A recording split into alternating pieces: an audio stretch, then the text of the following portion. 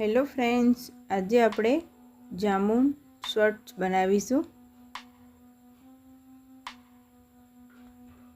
500 ગ્રામ જાંબુ લીધા છે અને એને હવે ધોઈને રેડી કરી લીધા છે અને એના થળિયા અને પલ્પ અલગ કરીશું।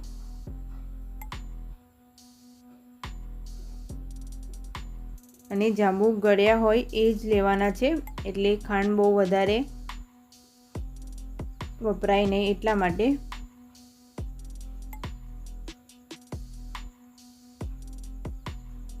હવે આવી જ રીતે એના પલ્પ અલગ કરી દેવાના છે।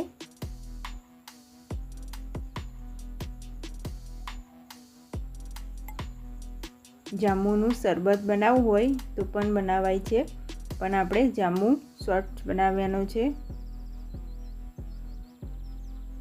હવે બધા જ આવી રીતે થળિયા અલગ કરી દીધા છે।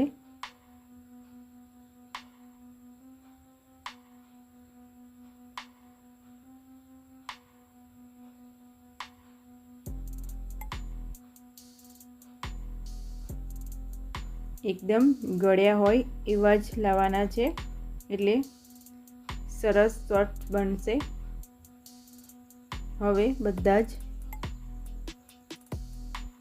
પલ્પ કાઢી લીધા છે। હવે આપણે મિક્સરમાં પીલી લેવાનું છે।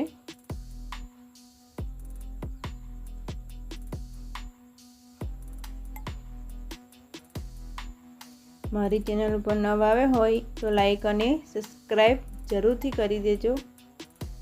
હવે મિક્સર જાર લેવાનો છે, પછી આપણે એમાં પીલી લઈશું।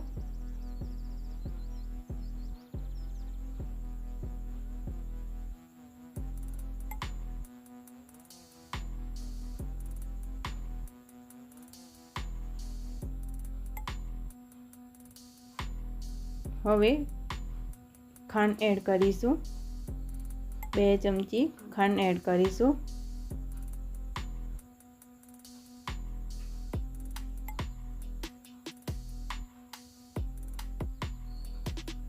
અને 1 ચમચી સંચર એડ કરીશું।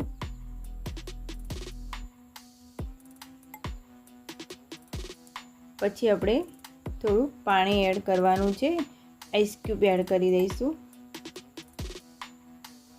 અને થોડું પાણી એડ કરી દેવાનું છે। પછી આપણે પીલી લઈશું।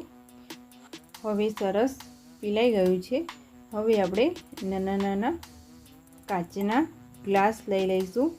પછી એમાં ધારોમાં પાણી લગાવી દેવાનું છે અને મીઠું આવી રીતે લગાવી દેવાનું છે, એટલે જામુન શોર્ટ્સ બહુ સરસ લાગશે।